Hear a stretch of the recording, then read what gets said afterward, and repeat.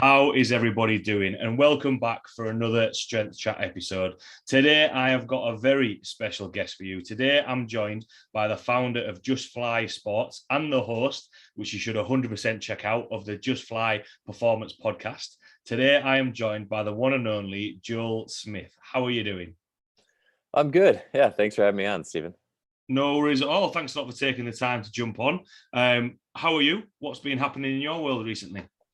Well, a lot of it. I don't know if this is a video podcast or not, but I'm spending a lot of time getting my new kind of studio setups for my own podcast. I got this cool like swinging mic that I haven't had, so that's kind of fun to play with instead of having to try to prop something up on a DVD case and making upgrades in the world, Stephen. So yeah, I'm doing good. Can't complain.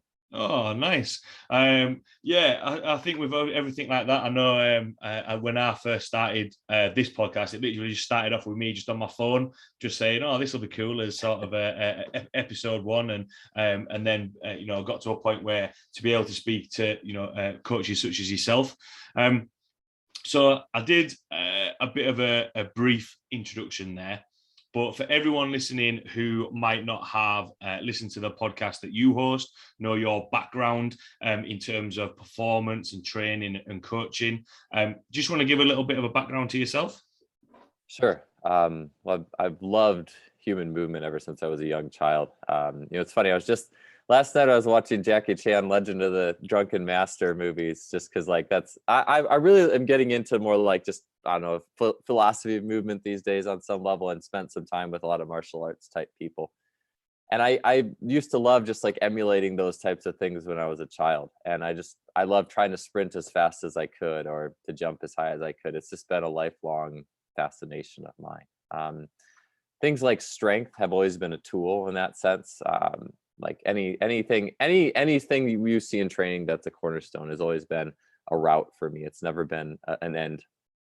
And so I was a basketball player in high school. So I played a lot of sports, baseball and soccer. Eventually settled on basketball. Track became my main sport. I think it was just largely, to be honest, I was too scared to play with enough different types of people in basketball, I think, to become good. I wanted to practice myself, and that really like held me back. But track, is fine. So did that. Eventually it was like, do I want to be a strength coach? Do I want to be a track coach?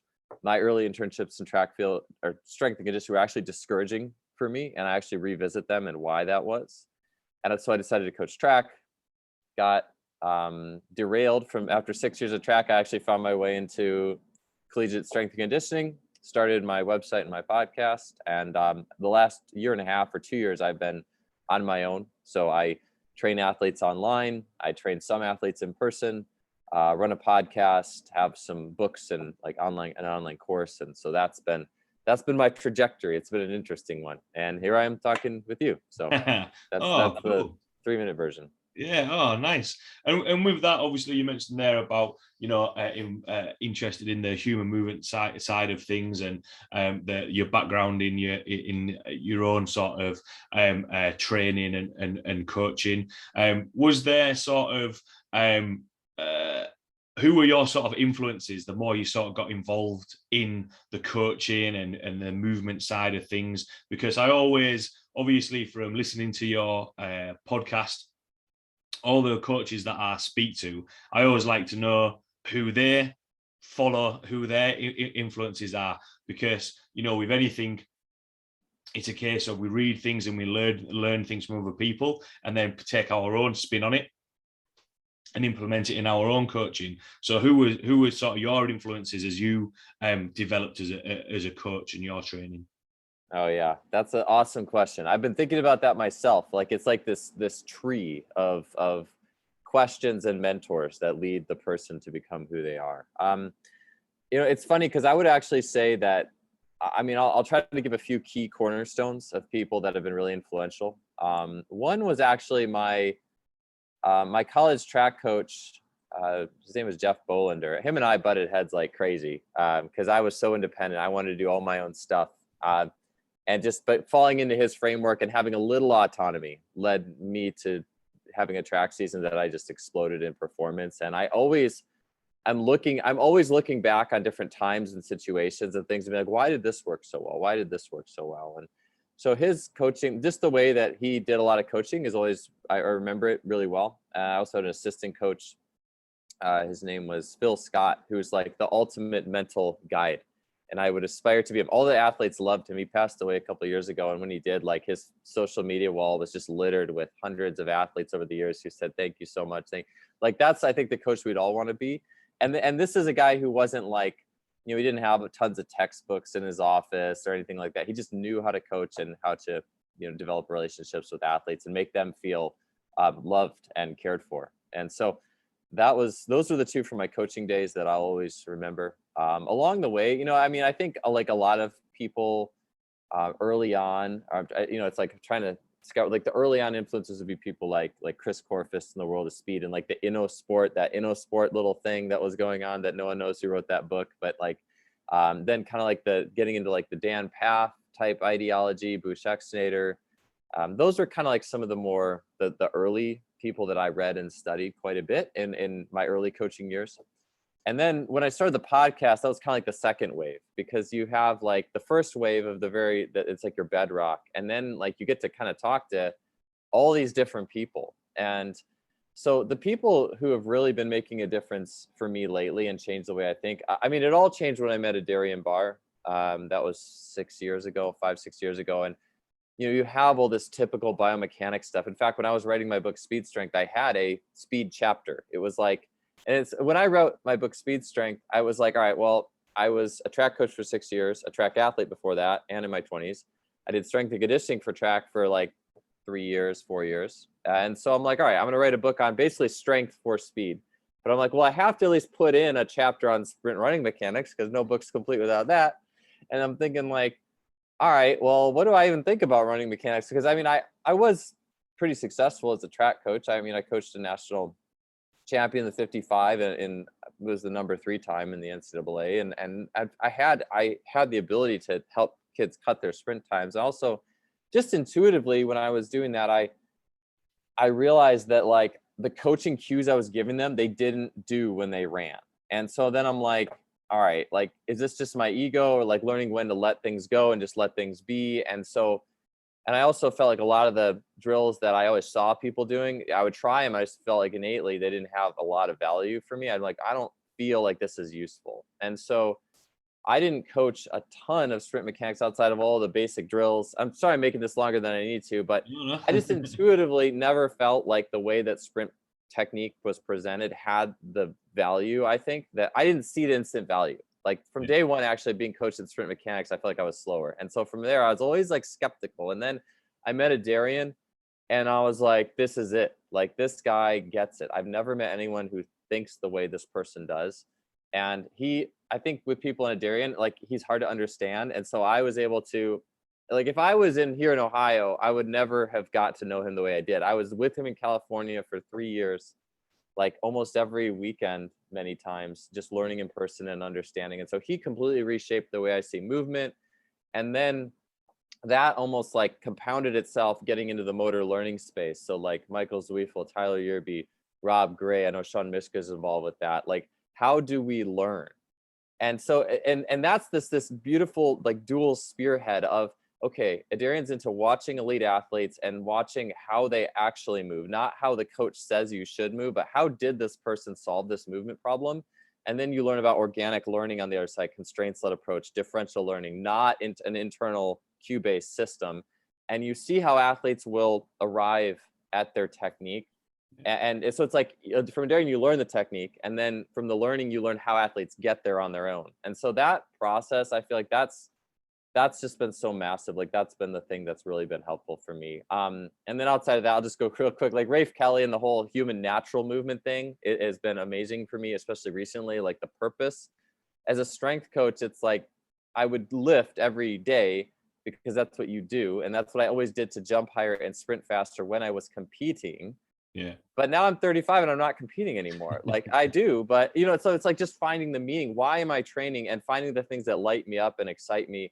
And those actually I find give greater results. And that has lent to like motivation. How do I frame motivation for athletes and individuals? So that's just a few. Sorry, I could go forever on that one. So No, that's like no, that's a huge question. yeah, I always like asking that question because it's kind of, from the other coaches that I speak to, it's never just, or the coaches that I work with, it's never just one coach or one influencer. And I kind of, a lot of people there that you've mentioned that I've had a look at the stuff that are out there as well. And it's kind of, within the strength conditioning or movement or that entire community, you want to pick things from other things, from other people. It's not just, I learned from that one person and this is gospel and this is exactly how we how we do things. When you mentioned as well over the last 2 years, going and doing your own thing, as well as transitioning the people that you've mentioned you've learned from there. How have you found that transition over the last couple of years, especially with the online coaching side of things and everything that's happened over the last 2 years in terms of COVID and all those sorts of things? Yeah, it's funny because when I left my job at Cal or UC Berkeley, like a Division I NCAA school, it's like outside of the fact that it's insanely expensive to live in the Bay Area, which is unsustainable for a lot of families. If it was a cheaper area, that is a pretty sustainable and cushy job. And so I left it. I just felt like a lot of times I was bored just coaching teams for strength. And I wanted to do more in like track and field and private sector work. And I wanted to expand what I was doing. And so in leaving that, the good thing is I already had like a good amount of online clients. Yeah. So, and when COVID hit, like I lost about a third of them. And so it's like, oh no, like this, I don't even know if I can do this anymore. And, then just like tons of stimulus dollars getting pumped in and the economy's managed to make it. And I found that actually after a few months, the online training came roaring back and it was almost like, because the world went online and it's sad. I feel bad. It took me till October of last year to get my online course out. If I would have got that out a year before, that would have been like prime time because everyone's just bored and wants to, so that actually was okay. And then doing the podcast and things like that, obviously the podcast listenership exploded during COVID. And it's interesting, right? We shouldn't live in a virtual world. I mean, I do still coach people in person. On average, I would say I'm at the gym 4 times a week. Right now, it's kind of a lull, so I'm only there twice right now, which kind of like, like that. You don't never want to lose your coaching edge. I will be coaching my daughter's soccer team actually here. She's 5, so that's a lot of fun. But I've gotten it to a point where my optimal schedule. I remember when I left Cal and I started to go on my own. I talked to 2 people who are awesome. Zach Evanesh, who's underground strength coach, and then Lee Taft. And those guys are like stalwarts of like that private sector, finding success in that industry. And I know Zach had said like, what do you want your day to look like? And honestly, I'm like, all right, well, I'll do computer stuff till 2, and then I train people, for maybe like 2 or 3 clients and work out myself. That would be great. And honestly, a lot of times my day looks like that. And I like, that's like the dream world almost, it's almost as good as it gets. So, but at the same time, I don't have a safety net now. When I was at Cal, I had a safety net, and that was nice. Yeah. I think it's exciting though, because then it always means that we're moving forward. Because I know, again, I've mentioned this a couple of times. I do think we're on sort of like the downward end of the whole COVID side of things, especially over here in the UK. Things seem to be heading in the right direction. That you can sometimes see it as an opportunity to go and do something different. And I know for some of the courses, seminars and courses that might be in the US or abroad, which I know for myself, being in the UK, I can't always get to. A lot of those being online is really good and really helpful. I think a lot of content has been a lot more accessible, a little bit like what you mentioned about your own online course there. However, you mentioned it there, we can't get away from the fact that we still need to be coaching in person. We still need that side of it, and maybe it is going to be a little bit of a hybrid, which has been the change. However, I think people still want that in-person contact, or similar to this, in terms of a one-to-one conversation. So you're actually interacting, interacting with a person. That kind of moves on nicely to the topics that I had in mind for sort of like the meat of the episode. But when you've mentioned about using strength as a tool, being interested in the movement, I kind of wanted to touch on the power side of things, developing power, developing jumps, and all those sorts of things, because you've mentioned about how you've progressed through your career, and then from when you've trained, and then how you've progressed. What sort of, with the clients that you're working with, or when an athlete or a client comes to you, what's the starting point with power, and what are you thinking in terms of the progressions going forward with that?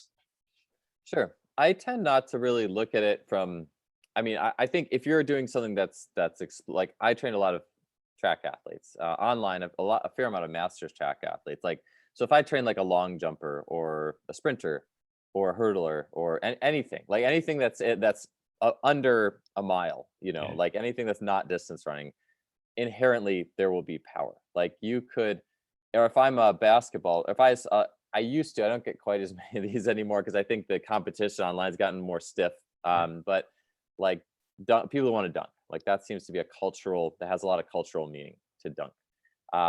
That just to dunk inherently, if you go practice on an 8-foot rim and do 50 dunks, you express a lot of power 50 times, so I think that we make a mistake by, if we're like, all right, we're going to do power training. In fact, I saw a gym once that had like a room that was like dedicated for power. This is the power room. And I'm like, I think it was Tommy John who said something like this. I think it was Tommy John, who's been on, he's another mentor of mine. Isometrics, body weight. A lot of people that I know have been massively impacted by the body weight. What he's done with Jay Schrader's and made it very practical and meaningful. But it's like we've dissected this industry to death. Like it's even honestly, even having, I hate to say it, but like even some cases having the strength coach, like even, I'm glad the strength coach shop exists. I would not be here if it wasn't for that. So I'm super thankful. But like, we think like James the Thinker Smith talking about the death of the strength coach. If you had like a football or a rugby job, let's say like a high strength needing job, let's say American football, because that's easy for me to identify with. In the perfect world, this is my opinion. Well, NCAA rules here would make this impossible because the way it is, like the strength coaches with the athletes a good part of the year. And that's probably a good thing given the way that a lot of coaches would operate, sport coaches. But I think the perfect situation in without the rules, or maybe for pro football, is the quarterback's coach does the strength for the quarterback. The lineman coach does the strength for the lineman. The receivers coach does the strength for the receivers. Like whoever you coach, you should know their KPIs. You should know how to load them, because that loading is the same thing that happens in your practice. The problem is just a lot of sport coaches just either don't care or don't care to learn. They do what they've always done. It's more about recruiting, leadership, like those things. And I guess the question is, could you expect everything of everybody? I don't think this stuff is hard. As well as I, like, it's not hard to learn loading on a basic level. It's just like you have to surrender your ego a little bit and be open-minded. So anyways, sorry, that was a little bit of a diversion. I'm glad the strength and conditioning profession exists, by the way. But when I think about, I don't really think about training power as an entity, because most things that I do for training are inherently powerful. Like if you're sprinting, that's inherently powerful. In fact, I just had Boo Schexader on my podcast. This episode goes out today, and we were talking about, and Boo will make things as simple as they need to be maximally effective. And I've talked about body shapes and a wide infrasternal angle athlete and a narrow, and like these different archetypes of shape, and those archetypes of shape will respond to speed and strength means differently. But when Boo and I definitely agree on, I don't actually think there's any dispute in it, but if you're a narrow ISA, a lean athlete, speed is your ultimate like potentiator. Like I almost look at it as this global like strength of the nervous system. It's like this meter, and it's almost devoid of any exercise you do. You could think, is it 0 or is it 10? And what gets that meter to 10 is the things that maximally excite your nervous system, that have maximal meaning to you, that you can create maximal outputs in. If I'm a sprinter and I can sprint 10 meters, 11 meters per second. That output is insanely high. Like that's higher than what I'm going to get probably doing Nordic hamstrings. It's going to be higher than what I can get doing RDLs, even cleans. Like it will be higher. And Andy Egerth, who's a track coach who's on my show, I talked about, and I've seen this, like he said his sprinters in season, with their power clean max would go up in season without changing anything in the weight program. Why? Because the stimulation is higher, that 0 to 10. They're getting 10s on the track competing regularly. You could say the same thing with someone who's like trying to dunk a basketball or anything. I think it gets a little different maybe when you're talking about maybe strongman-y stuff, like throwing a shot put, throwing a big log, you know, you definitely need more strength to underpin that. But I just look at anything that's explosive inherently has power. So just with that in mind, though, I guess so maybe you would, I look at that as a very general thing. I don't get specific with that, but I could tell you, like, if you want to say, how do you develop power in the weight room? I could give you some specifics, or to me, it's, I look at, maybe to clarify, I look at it more as the motor learning umbrella. There's meaning and there's potentiation, that oomph, like, and then there's motor learning. So I kind of look at it maybe on those two things. And with that, when you've mentioned there about the movement side of things, and you've mentioned, you know, as they've got developing power and you know, the sprinting side of things, and as they're getting more in season, how are you incorporating the movement into that? Because I know obviously when we say about power, and like what you mentioned about that gym that would just have a power area, how do you combine those things together to make, because ultimately, especially when we're talking about sort of track and being able to sprint faster, we want that end result of, yeah, they actually did sprint faster. Mm-hmm. How do you incorporate the movement side of things in there, and what are you looking for in terms of, right, okay, how can we adjust their training, improve their training, so that we can ultimately get a better result, you know, on the track, or their sprint times, or, you know, whatever it may be that we're looking at in terms of markers? Yeah. So I'm glad you brought up sprint. Like, this actually frustrates me on my podcast, and for a good reason. Like, this isn't a bad frustration, but I'll have episodes on my show about like motor learning, meaning and movement, like communication stuff, cueing. Not many people listen to those. The ones that everyone loves is speed. And I just, like, it always drives me nuts, because I'm like, why'd you guys like this other stuff? This stuff is amazing. Like, I get way more out of a lot of these shows than, I mean, again, I've done speed my whole life. So I think, I mean, I love talking speed with people as well, but I think speed is more, and maybe the reason it frustrates me is because people are always looking for like these kind of like secret ins to get an athlete faster. Speed is like the capstone. Speed, how fast you can sprint, is the culmination of everything else you did. It means you did a good job in your training in terms of the physical side, nothing to do with sport skills or tactics. I think we know that you can get an athlete faster linearly, and they might end up off sides, you know, if they haven't integrated it into their actual game situation. So game speed rules. Even the guy who was the Super Bowl MVP, like that guy ran like a 470 or 4.6 something in the 40. Like, he wasn't as fast as other people, but still amazing. So I mean, that's it too, right? I think it's more like we are connoisseurs of physical like abilities, and so speed is the capstone. So I think that's like a mutual language we can all speak in if we are going to say being powerful. Like, that means that your system is humming. That means your nervous system's optimized, your outputs are optimized, everything is going as well as it could be for you. Because if you got stronger but you didn't get faster, well, something's wrong, you know, like either your weightlifting wasn't specific enough, you got overly compressed, your body position or levers for lifting got better, but you didn't actually get more explosive, like anything like that, right? So speed is the ultimate, like, you did a good job. So your question was more like, how do I go about, like, if I'm working with a team, like a rugby team or a football team or a basketball team, how do I, like, yeah. So, I mean, the main thing is just to make it a priority, right? Like, what is measured gets managed, or where you measure something, that's where intention goes. Intention, just having something that's measured, creates drive on the level of the athlete. Mark Wetzel, this episode hasn't gone out on my show yet, but he made this connection I've never heard before, but I think it's amazing, is neurological strength. Like, I've tried to wonder, what is this neurological strength? Like that like Cal Dietz talks about, like strength that, like, when a hammer thrower increased all their cleans and squats and they didn't even train bench, and then they decided to do bench, and the bench went up because all the other lifts went up, right? Like, the organism just got stronger. It's like this neurological strength this just thing, like this wiredness, explosiveness. And Mark had said that is connected to like the inherent motivation and drive of the individual. Like, how bad do you want to be better at this thing? And I actually think that's a good connection, because if you never roll out the timing gates and test it, or if you never give a team maybe feedback on GPS on who is, but again, GPS, if your team game speed is high, that might mean you're just running back on defense and losing, but like if you just know where you're at from a speed perspective, there is an inherent drive and competition as an athlete that says, I want to get better at that. Yeah. And so just the fact that you're laying something out to measure it, you have to measure it. Even if you don't have a timing gates, run a 150 with a hand watch, do something, do something that measures as high of a velocity movement as you can. A fly 10 is the ultimate, a 40-yard dash or a 30-meter dash is nice. Something that measures that. And then once you have that, you just have to find a way to stick it into practice in a way that doesn't take away from the training load. And I think that, we could talk total training design too. There's just different, there's the tranches of training transfer. Honestly, just sprinting in your sport and occasionally doing a fly 10 or a max 30 is a pretty good little triage. Beyond that, the power you do below that is all complementary.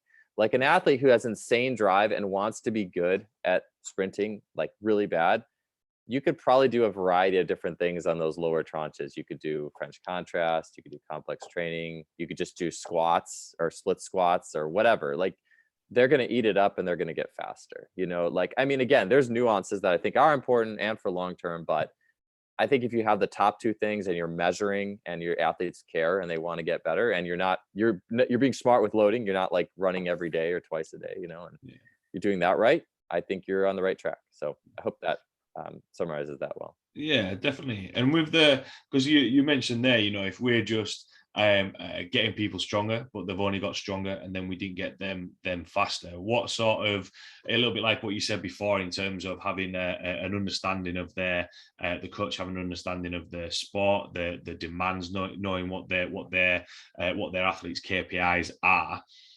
Where do you think sometimes people would sometimes go wrong then, if we're just getting stronger, but then not reflecting on, right, okay, we want to develop explosive power in terms of jumps or some of the tests that you've mentioned there, you using the timing gates?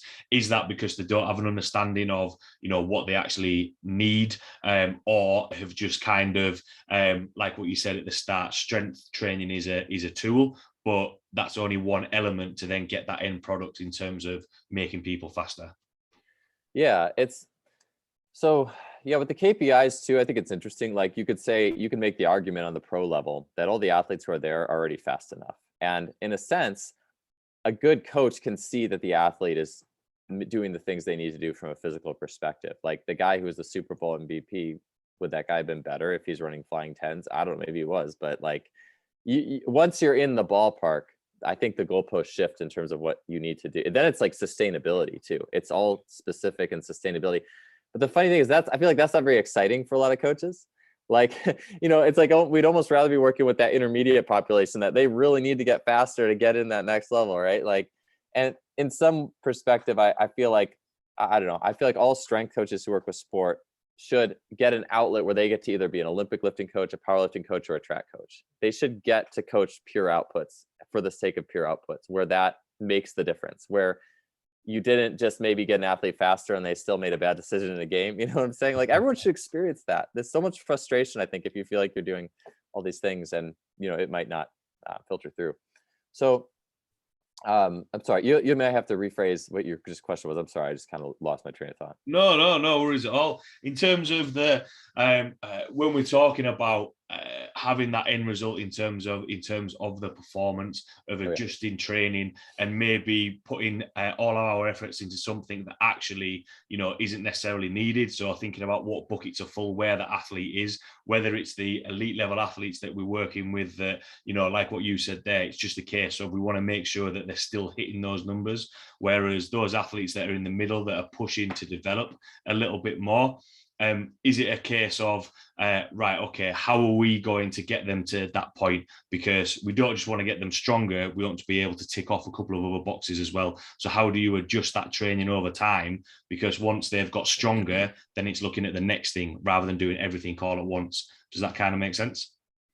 I think so. So, I mean, for me, it's like the buckets of like you have, let's just say it's the intermediate where you want to, maybe the easier thing would be to start with, I've had some good conversations with some pro, like NBA basketball strength coach, Daniel Bove's got a really good book, The Quadrant System. And I've never not worked with a pro population as a team coach. I've worked with like semi-pro athletes, you know, as their online coach. And I work, you know, in that perspective, but I feel like it's interesting because once you get to the pro, it's very much so just injury prevention is absolute 100% number one, like without question. Even college, I mean, even high school, probably, you know, like keep kids on the field in the game, like but that's not as exciting, right? But like, I mean, it can be, I guess, you know, you could become passionate about that. But it seems like load management, like, and using, in talking with a lot of coaches, especially too, like the way you can use fuller ranges of motion to help reset the body, seems like that's the effective thing. Health.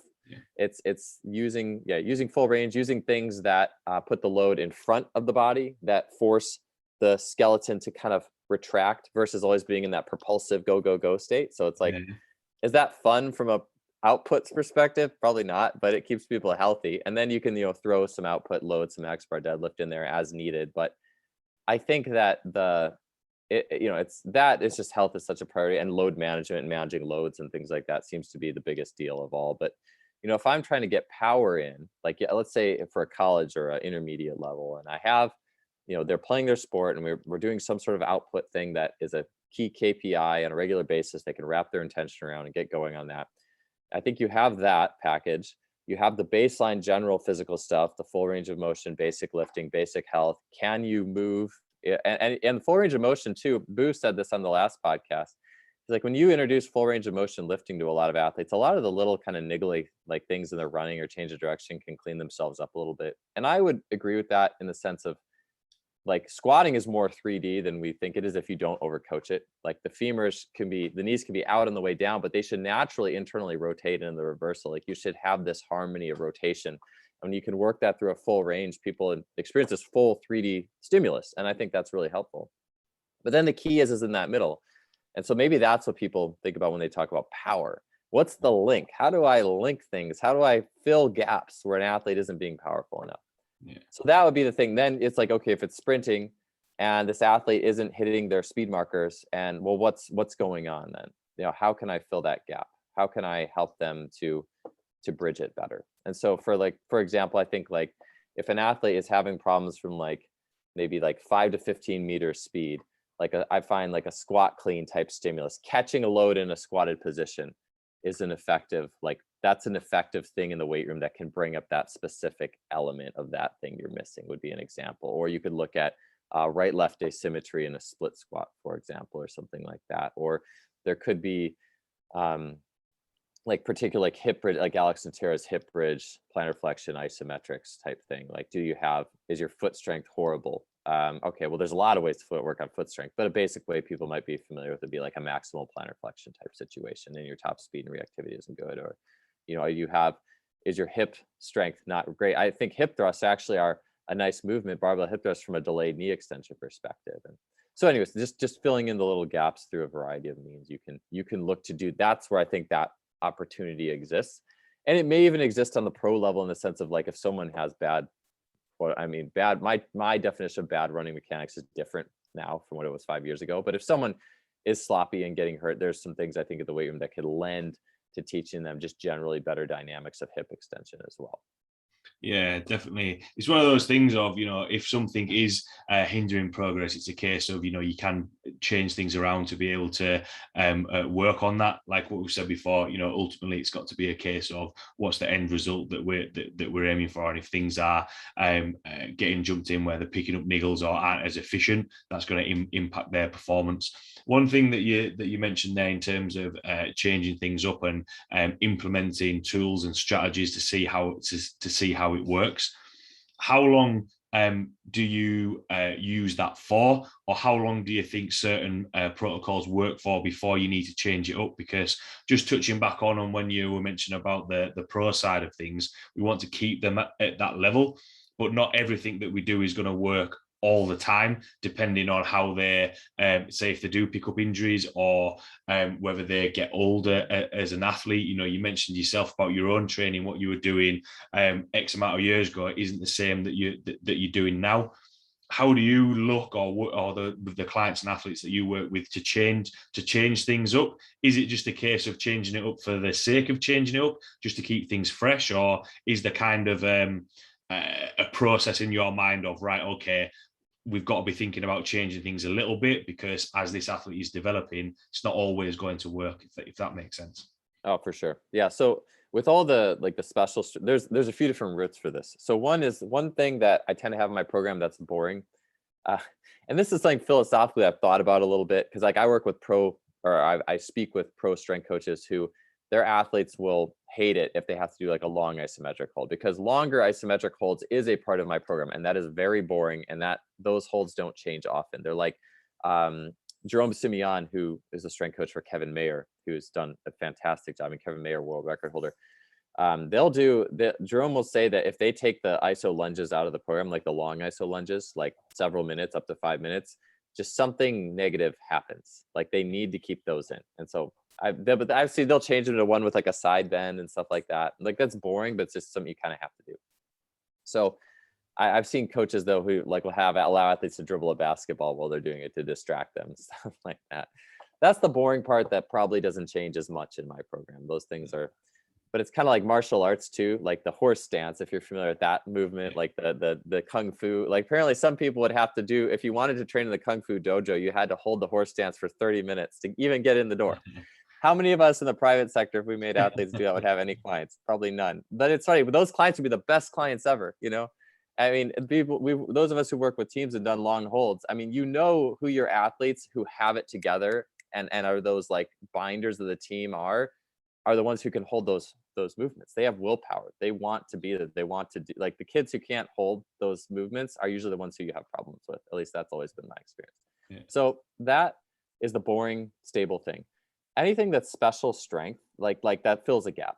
Like let's say I'm going to do some sort of a good one. I was just talking with Bruce Exter about this. So single leg cleans would be a good example, because that's kind of this trendy, cool thing that I don't know. I that would be something that would not be in a program for long for me, because that might fill a small gap on single side hip extension power and connection to the trunk. Like that's what that does. And it's novel. It's fun. And you could link it into a little knee drive if the other knee is helping you, kind of push the weight up. Yeah. But if you do that movement a lot, your jumping or sprinting might start to look more like that single leg clean than it does jumping, if that makes sense. Yeah. If you do something too much, because what happens is it's not just your body's structure will change to whatever you're asking of it. Like if I train like an Olympic lifter, which is really cool, but if I'm a reactive basketball player and I train like an Olympic lifter, eventually I'm going to exhibit, we all know how Olympic lifters look. They have a lot of anterior pelvic tilt, which they should. You need that for compression and power. A lot of like kind of lordosis around the spine, like all the things that happen to adapt when you're lifting really heavy weights in deep positions. But if I train an athlete like that, they're going to start to slowly adapt into those molds the longer the same thing is in the program. So I just think that that's one thing where we should be moving and shifting back and forth between stuff where maybe that's a more compressive and propulsive explosive lift, and lifts that maybe even the horse stance, which I've been thinking about lately, is pure expansion. Like you can think of compression as the bottom of an Olympic lift, where the knees are kind of starting to come together naturally on the way up. They create this huge pressurization, and things where actually you're expanding. Like think of like you can think of like the Vitruvian Man, like the hands are out a little bit, the knees are out, everything's like that, almost like re-expands the body in some way. So anyways, just stuff that if you put compressive stuff in for too long throughout the year with too heavy of loads, I think you start to overly compress the body. So for me, I will do phases of that stuff for probably 4 to 6 weeks at a time. Like if it's like a really like think like explosive, like heavier squat clean type stuff, like a heavier, if I do a heavier step up, which I typically don't, like that kind of thing, like a 2/3 of the way down squat with more weight that's explosive as opposed to full range of motion. those things will live in my program for, maybe that 4 to 6 week window. Beyond that, I don't like I've seen track coaches do quarter squat like the whole fall. I'm like, I don't think that's a great idea. There's just a lot of load, a lot of compression for skinny athletes who just get most of their power from sprinting. So usually we'll sit those for 4 to 6 weeks at a time. We'll try to wash them out with like just more iso holds, more expansive stuff. And then, change for novelty's sake or whatever the athlete needs. And then it also determines on how the athlete's attention span. Some people can go 8 weeks on one block and are okay. I remember tracking this when I was at Cal working with throwers. As the coach, though, I had to do the weight coaches program, but just to keep my interest, I would track their wattage in the exercises throughout the weeks to see. It's 8 weeks of the same program, right? So I'm like, all right, well, who's going to fall off and when? And the kids who seemed more like the fire plugs, explosive, they actually fell off after like 3-4 weeks. They're already taking a dip down. But the kids who are kind of like more that like Thomas the Train Engine, like I think Christian Thibodeau calls it, more steady personalities, they could go 4 or 5 weeks into it. So part of it is that like, neurotyping, understanding your athletes. It's hard when you have a whole team, right? But like that's where menu systems can be helpful. I think like, and we can talk about that too. But creating that autonomy, because there's just so many systems that I think can exist. But anyways, it's not over compressing athletes is one. So creating an outlet to give let athletes re-expand and unload off that compression. And then 2, it's how long can the athletes stick with that? 3, you could say it's also their sport. Like track, I oftentimes go 2 weeks on, 1 week off, and then change stuff a lot for real explosive, like long jump type things. But those are 3 areas that I'll work with there. Yeah, definitely. I think that was an interesting point that you said there, because it's got to be understanding the athlete that you're working with as well, and knowing how much are they going to be, because there's no point saying, right, like we mentioned there, do a really big chunk of time, but if it doesn't keep their interest, that's going to impact how much effort they're maybe going to put into it, or whether they actually want to do it. So it's making sure that they understand them, which goes back to we touched on it a little bit at the start of the chat in terms of communication, building relationship with athletes. And it was interesting there that you mentioned the staples that you would have in the program, even though it's maybe boring and people have to do them all the time. They're sort of like the constants that we need to keep in there, and then everything else we can play around with that. Do you think sometimes that's where like what you mentioned about the new exercises coming out that people are wanting to use at the minute, which is all well and good adding in, but do you think sometimes that's where some coaches go wrong in terms of always looking for these new exercises, especially if their athletes are wanting to keep their interest and keep developing, whereas actually it's a case of we'll keep this here and then we'll play around with everything? It's a little bit like that quote. I think it's something like 80% of all exercises already work. 20% is variety, and that that 10% is just playing around or something new. Does that kind of make sense? What's kind of your thoughts on that? Oh yeah, like honestly, if my job is to keep athletes healthy, I'm going to do an iso lunge hold, an iso standing straight leg raise hold, an iso push-up type thing, especially if they're upper body driven, like type situation, like some basic 3-way shoulder circles for upper body. Then squat deep on a slant board, allowing full 3D motion. Do a hinge with the toes elevated, allowing full expansion of the pelvis. Like if you're doing those things, and even like slow tempo on the squats and hinges, that's pretty much a lot of what you need to stay healthy as a cornerstone and have basic strength. You could throw basic presses in there too. Like that stuff, that's a standard package. It's kind of boring. But then we get bored, and athletes get bored, right? And like novelty and dopamine, Nick Winkelman was on my podcast talking about how novelty is a driver of attention. Like, you can have a really militaristic weight room, like, like whistles and that will drive attention, kind of in a like, like I better do what the coach says type situation, but novelty can drive it too. And so I think a lot of coaches, like they're bored from, it is interesting. I had a talk with Chad Wesley Smith, owner of Juggernaut Training Systems, said this to me a decade ago. He's like, powerlifting training is boring. Like just powerlifting training, like it's boring. It's just, it's not very complex. It's a lot of time between sets. Like it's not that exciting. And and in some ways, strength and conditioning is it's a cousin to that, right? Like if you just did squats all year, the same squat, you'd probably get bored. Like the strength coach would be bored.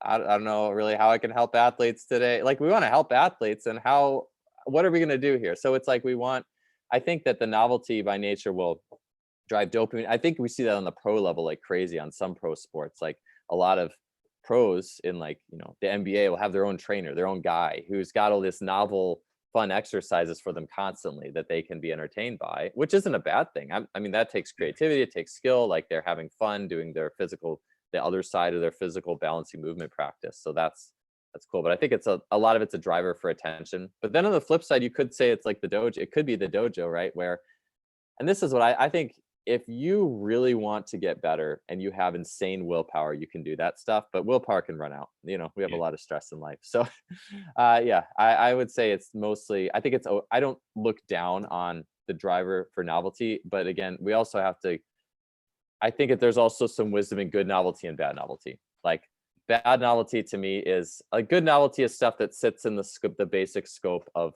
the big lifts, the main movements. Like anything beyond, like even a single leg clean is kind of pushing it for me, like on that level. Like, and I love complexity. I mean, I coach my 5-year-old daughter's soccer team, and like even that, I'm like, man, this soccer thing is amazing. Like I love tactics and motor learning, and I mean, we're just playing freeze tag, but like just creatively coming up with things for them to do, that's so fulfilling for me. But I think that the bad novelty gets to like the things that look cool on social media, like pre-planned robotic sequences that are kind of half dance, half movement. And then you realize, you know what, the athlete would just be better playing a short-sighted game than this. Why are we doing this? Like, or if like a crazy like double box step up clean type thing, like where's the output here? Like, why not just sprint or do a different sprint variation than this? Like, that's kind of the way I see it. So I think there's good novelty and bad novelty, and that takes, I think, a little wisdom to unpack. Yeah, I think there was a couple of points in there, especially having competed in. I had to laugh about powerlifting because it's the same 3 lifts. I've competed in powerlifting myself, and it is a case of, it goes back to earlier on in the chat when you mentioned about ultimately you want your athletes or your clients to be healthy, and sometimes, you know, you do need a little bit of novelty. You can't just squat, bench, and deadlift all the time. You need to be able to do other things. And it makes sense, you know, about the strength and conditioning side of things, because there are going to be certain things that you need to do all the time. And that's why I asked about, you know, adjusting things and adding things in. Whereas I think it is striking that balance between exactly like what you said, balance, that novelty that is just in there, that is going to look good for social media and that sort of stuff. But I think there's always got to be a reason. There's always got to be, you know, why are we doing this? Are we making sure that our athletes are healthy? Are we making sure that, you know, it's going to actually benefit their performance? Are they going to enjoy it? Can they actually do it? You know, going back to what we said at the start about the movement, you know, side of things. And I think it is that case of the balance of those things, because is there from the exercises that you've said there, is there a criteria that you use for that? I know you said, like you said, the single leg cleans there, but do you have a criteria of things that you think, right, these are the things that I'll maybe push towards, but these are just going to be no-go areas whatsoever, just because you don't see them as any relevance, or they're not going to have any impact on performance? Yeah, I one of my big things, I mentioned Rafe Kelly and as well as like some of the motor learning type things. And I just look at, I really believe like the answers are found in nature, in the sense of this, the intelligence of nature is just, it's just crazy. Watch an animal. Like, do you need to coach that animal? Do I need to coach the cheetah or the snow? No, like who could, right? Or a fish. Am I going to coach a fish to swim faster? Like, and so I think about this in the sense of, you know, we is this manufacturing human movement, is what I always ask myself. Is this like double step up clean thing manufacturing human movement? Is this trying to, versus, and I say that in the sense of, it is very complex just to let people play games. Just, I think like if the strength coach was in more charge, had greater charge of like the short-sighted games, like, and just like maybe the let's just say the warm up for the sport, the first 20 minutes is just the strength coach doing games with the athlete that is not the sport, but is designed to, there's some novelty, there's some fun, but there's nothing being coached from like necessarily from like a technical perspective. Like, don't play it this way. Maybe they just try to put the athlete in situations that expands their physical repertoire. I think if coaches could do that, they would be a lot less inclined. And I think most strength coaches don't really chase bad novelty, in my opinion. I think it's just like a few people that we tend to use as like, oh, like all these fraudsters on the internet, all these charlatans. Where are the charlatans? There's not that many of them, in my opinion. I think the vast majority of strength coaches are doing amazing work. I think we just like to project. And anyways, I just think, but there's so much complexity in even a short-sighted game that play games and lift simple. Like, I just don't think it, and the lift can be short for a lot of athletes. I just think we get bored. We want attention. And I love, I'm not trying to toot my own horn, but people will tell me one of my strong suits is creativity.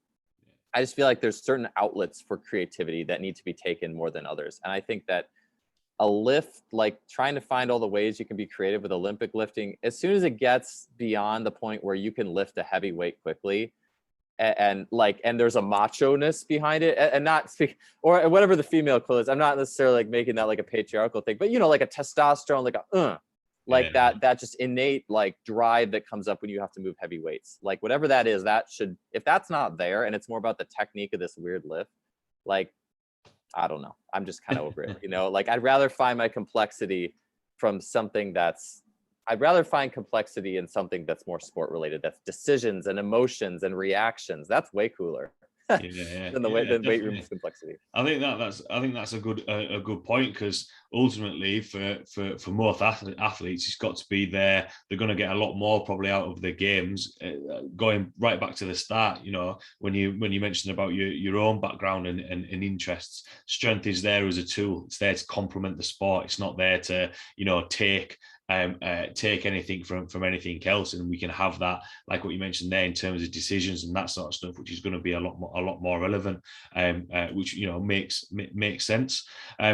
Quite a lot of topics and a few tangents thrown in there from what we've chatted about. But the last question that I like to ask for everyone listening, from all the topics that we've chatted about there, what would be your take-home points or words of wisdom?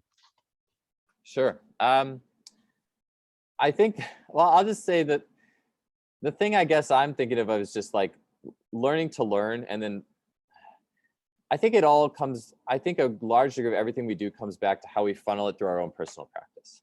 I think that's really important no matter who you are or who you work with. Like, if you coach youth soccer, for example, I think you should know how to have fun yourself. Like, no one who can't have fun themselves, I think, should be coaching youth sports at all. Like, you must.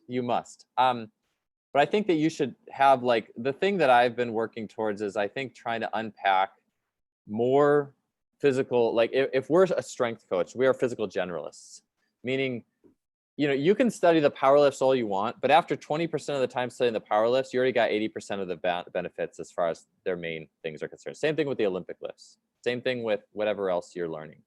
And so I do think there's a value in being a physical generalist, in the sense of, like, learn the different lifts, learn kettlebells, learn a little bit about everything, and do it. Don't just, you didn't learn something until you did it. Yeah. And for me, like, I've gone through, I'm not the strongest guy, but I've done powerlifting programs with training partners. Like, I've taken Olympic lifting to probably as far as from a creative standpoint too, as far as I think I could take it. Like, I've competed in sprinting and jump outlets. I would challenge people just to try to learn themselves in different outlets. And just remember, you didn't learn something until you did it.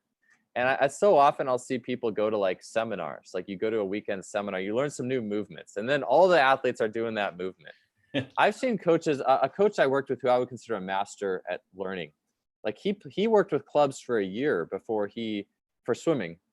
He worked with like Indian club bell type things for a year before he felt like he was comfortable teaching that to an athlete, because he's like, I wanted to know it. I don't want to just feel like, oh, here's a movement to throw in, and just kind of, because when that happens, by the way, when people go to the weekend thing and throw movements in, usually what I see is I see those movements around for a month or two, and then they disappear. Yeah. Because the coach didn't actually learn those things, and therefore there was no meaning to the coach. The coach didn't intuitively understand. And I do believe in research and using research to back to check our biases and our heuristics and all the mental shortcuts we take. But at the end of the day, we coach out of our intuition. We coach out of what we know and where we've been. Like, and I just think that it's so important for people to challenge themselves on a number of different levels. You don't have to be a master. Like, if I'm a powerlifter, I don't have to be a master of like long jump and track, but I should at least have trained for sprinting. Yeah. I should at least know what that feels like. I should at least know how to set up short-sighted games, being able to set up games, different types of games, Like, I feel like if strength and conditioning staffs for their workout period, so often it's just crank the music, crank the metal, let's exercise our demons with heavy weights and all that. What if we just played for 20 minutes first, and we came up with games ourselves, and we noticed how time and space changed, and we saw our strengths and weaknesses in this standpoint? Like, that helps you to see that in an athlete, and now you stand in their shoes a little bit more on some level, versus just being the person who and again, I think that weights and knowing about weights is awesome, but I just think we should challenge ourselves to the point where we actually learn in a variety of different mediums. I definitely, like, when I got involved in swimming, dude, I'm a terrible swimmer, but I learned from 3 different volunteer assistant coaches how to swim, how to do the stroke, different strokes. I finally got the butterfly stroke down. I'm still not great, but I can do it now. Yeah. And just doing those, you are a generalist, so you can learn all these things on a basic level, and I just think it goes a long way. So yeah, I think that was some really good points to finish on, and I think the 2 things that I took out of that is, one, understanding, and then being able to challenge yourself to learn about those things, especially from a coach's point of view, because the more you understand it, the more you're probably going to get buy-in from the athletes and clients that you're working with, because again, it shows that you've got that understanding. Thanks a lot, Joel, for taking the time to jump on. Really, really enjoyed chatting with you and sort of hearing your thoughts and picking your brains. For everyone listening who might have any questions about what we've chatted about today, or want to check out your podcast or the content that you put out there, or maybe even get involved in some coaching with you, where can people find you or reach out to you? Yeah, the link tree on my Instagram is probably the most basic, on Just Fly Sports on Instagram, but website's justflysports.com. Probably, signing up for the newsletter is a great way to stay in touch with the podcast that I'm putting out and things like that, and information there. So and I tend to respond to messages relatively quickly. So feel free to shoot me a message if you have any questions about what we talked about. Awesome. Thanks a lot, Joel, for taking the time to jump on. Thanks a lot to everyone listening, and I will see you all next week.